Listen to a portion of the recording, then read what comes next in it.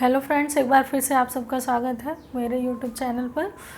चलिए आज करने वाले हैं क्लास 10th का चैप्टर नंबर 9 की एक्सरसाइज, चैप्टर नंबर 9 और क्वेश्चन नंबर 1। क्वेश्चन नंबर 1 क्या है? A circus artist is climbing a 20 metre long rope which is tightly stressed and tied from the top of the vertical pole to the ground. Find the height of the pole if the angle made by the rope with the ground level is 30 degree. अब मैंने introduction part कल करा दिया था आप लोगों को। अब इसमें देखिए क्या कह रहा है। A circus artist is climbing a 20 metre long rope, एक 20 मीटर लंबी रोप है जिसमें which is tightly stressed and tied from the top of the vertical pole. एक पोल है, इससे एक 20 मीटर की रोप है, इससे टाइटली स्ट्रेस्ड है। यहाँ पे देखिए ये पोल हो गया हमारा, ये पोल है, इसी पोल से 20 मीटर लंबी एक रोप है जो कि टाइटली स्ट्रेस्ड है, टाइड है from the top of the vertical pole. ये वर्टिकल पोल के टॉप से, ठीक। Ground, find the height of the pole if the angle made by the rope with the ground. अब कह रहा है कि हमें क्या निकालना है, इस पोल की हाइट निकालनी है, इसको मेज़र करना है। लेकिन हमें और एक क्या चीज़ दे रखा है कि जो रोप है ये ग्राउंड के साथ में 30 डिग्री का एंगल बनाती है, ठीक। अब मैंने इंट्रोडक्शन पार्ट में बोला था कि आपको ट्रिग्नोमेट्री रेशियो इसमें याद रखना है। तो मैंने क्या बताया था कि पंडित बद्री प्रसाद हर हर बोले। अब देखिए हमें क्या निकालना है, पोल की हाइट निकालनी है। हाइट और ये क्या बन गया हमारा, हाइपोटेनियस बन गया।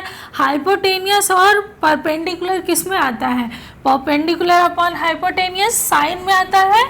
तो हम यहाँ पर लिखते हैं साइन, एंगल क्या दे रखा है हमें, 30 degree. Sine 30 degree is equal to perpendicular upon hypotenuse.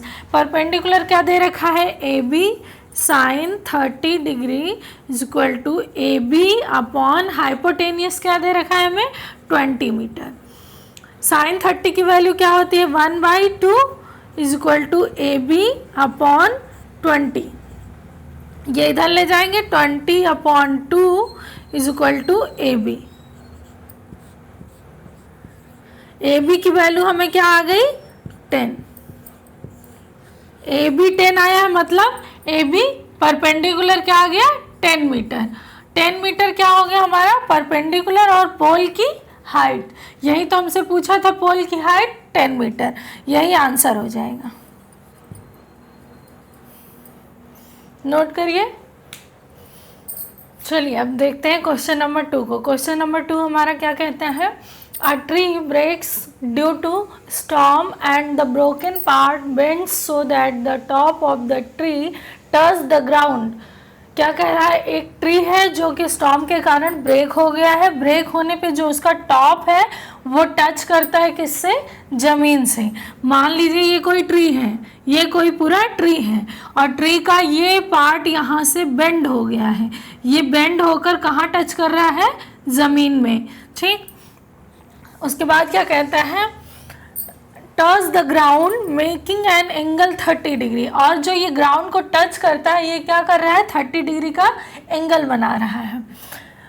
With it the distance between the foot of the tree to the point where the top touch the ground is 8 metre. अब क्या कह रहा है कि जो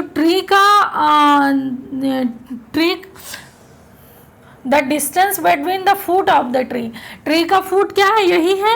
कह रहा है foot of the tree and जहाँ पे ये ट्री का ये पार्ट बेंड हुआ है ज़मीन पर, यहाँ से यहाँ की डिस्टेंस कितनी बता रहा है, 8 मीटर। चलिए इसको भी लिख दिया, 8 मीटर।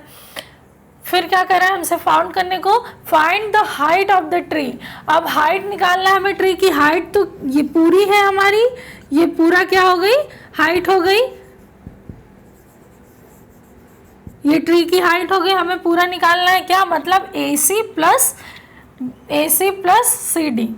क्या निकालना है हमें, AC प्लस CD। अब देखिए ये सी डी जो है वो किसके इक्वल है, बी सी के। यही पार्ट तो बेंड होकर यहाँ आ गया, जो सी डी है वही हमारा बी सी है। C D is equal to B C. समझ आया इतना? ठीक, चलिए अब करते हैं सॉल्व। सबसे पहले हम क्या निकालते हैं, ए सी को निकालते हैं। अब देखिए मैंने आपको ट्रिग्नोमेट्री रेशियो में बताया था, पंडित बद्री प्रसाद हर हर बोले।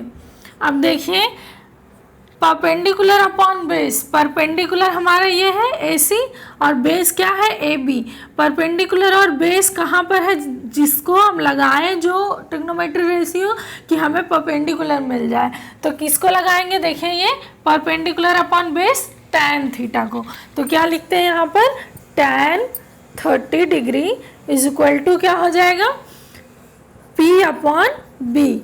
P क्या है हमारे पास, perpendicular A C upon B क्या है, बेस ए बी।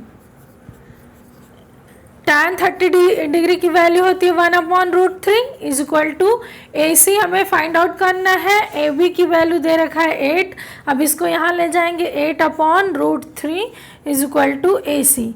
√3 नीचे नहीं छोड़ते हैं इसलिए इसको रेशनलाइज करेंगे, मतलब रूट में कोई भी वैल्यू नीचे नहीं छोड़ते हैं, इसको रेशनलाइज करेंगे 8/√3 इंटू √3/√3।